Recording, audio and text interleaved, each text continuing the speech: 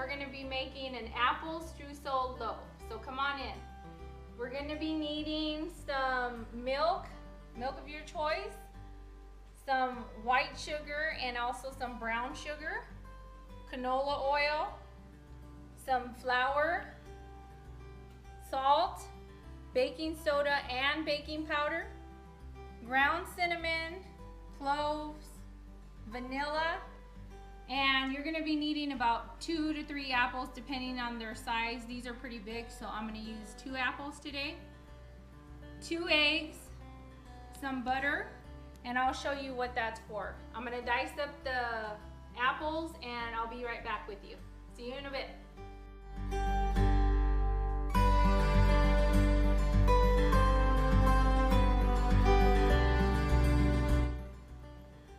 Alrighty, now that the apples were cored and peeled and chopped, they're gonna look like this. And I put them in water so they don't turn brown on you until you're ready to use them. But as we're before we do the batter, I'm gonna put the crumble that I'm gonna place on top of it. I'm gonna make that now ahead of time. So I'm gonna put 1 cup of brown sugar,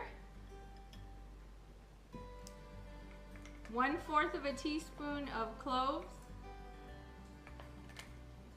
1 teaspoon of cinnamon to this mixture. And this is all just going to give it some great flavors when you place it onto your cake. And now I'm going to take 3 tablespoons of butter to this mixture as well. And make sure it's softened butter. And if it's, you know, overly softened or liquidy, it's alright. Just add 3 tablespoons to your brown sugar mixture. That little fella almost flew out. And that's the 3rd one. And just kind of mesh it together. You're gonna mix it and incorporate everything.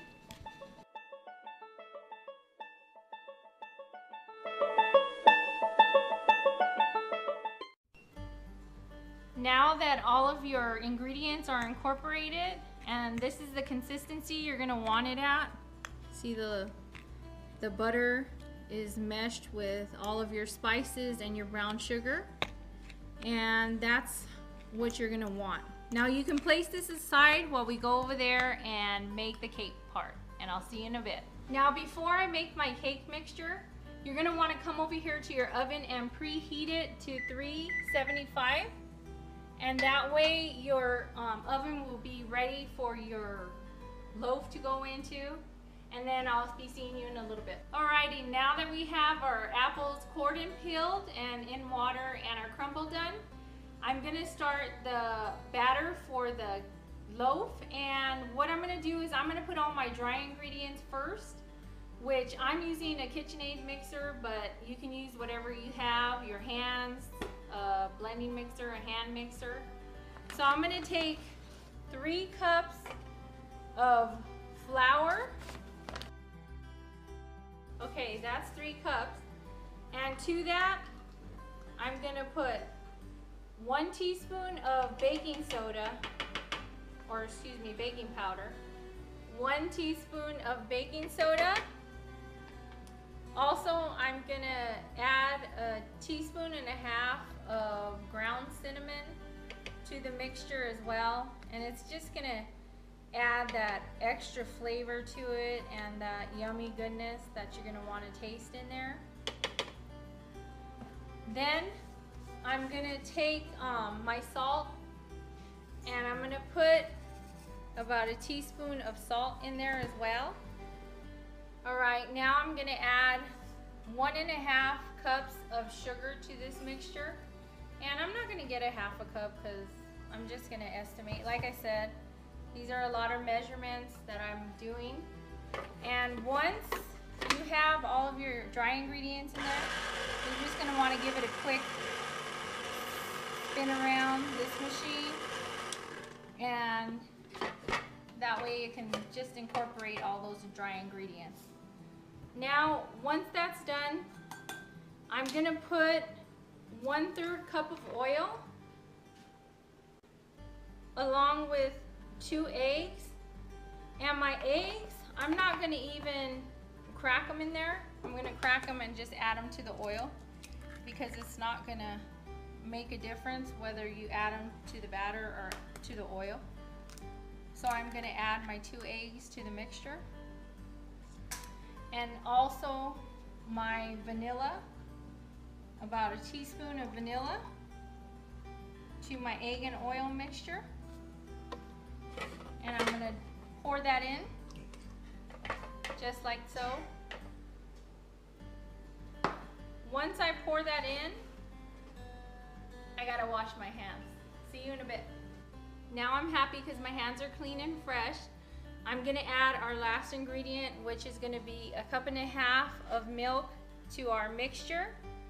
And I'm just gonna pour the whole thing in and just give it a mix. And then I'll show you the consistency it's gonna be after it's all mixed and incorporated.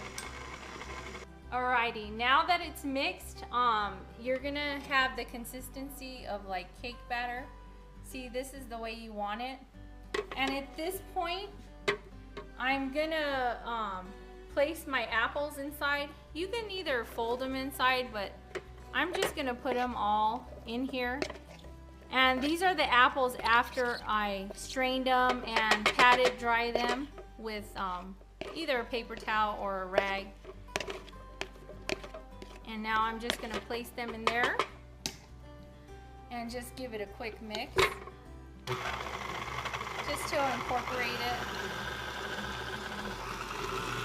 See? And that's it. And now I'll show you how I'm gonna place it in the pan in just a minute. Now that we're back, I'm gonna place my batter that we made into this grease pan. I already greased it prior with just a little bit of butter. And I'm gonna place some of my batter into the pan, like so. And then once I got some of the batter in there, what I'm gonna do is take some of this mixture and add it and top it on there. And that's the crumble, but I'm gonna mix it in. And the best tool to use for this is your hands, because it kind of gets sticky. But just make sure your hands are clean.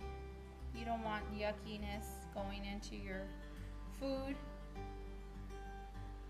Once it's in there, I'm gonna take my fork and just kind of swirl it around like so, and just mix it a little bit just to incorporate it. After I incorporate it a little bit, I'm gonna add some more batter to it. And you're gonna wanna fill it up, not too much, because then it's gonna go exploding or pouring over your pan.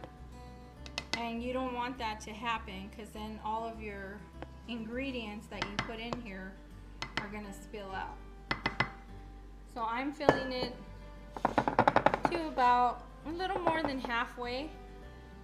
And then I'm gonna top it with some more of the topping and the crumble, because you're gonna wanna just drop it in. And that's gonna get crispy on top. And I'll show you that once I take it out of the oven, how it's gonna look. But if you want, at this point, you can just take your fork as well, place it in there like that, and just drop the rest of your crumble on top. You can also use this recipe for muffins, and they'll be really delicious in muffins, or whatever pan you have, a square pan, cake pan, you can put it in there as well. And I'm sure it would work great with a bundt pan.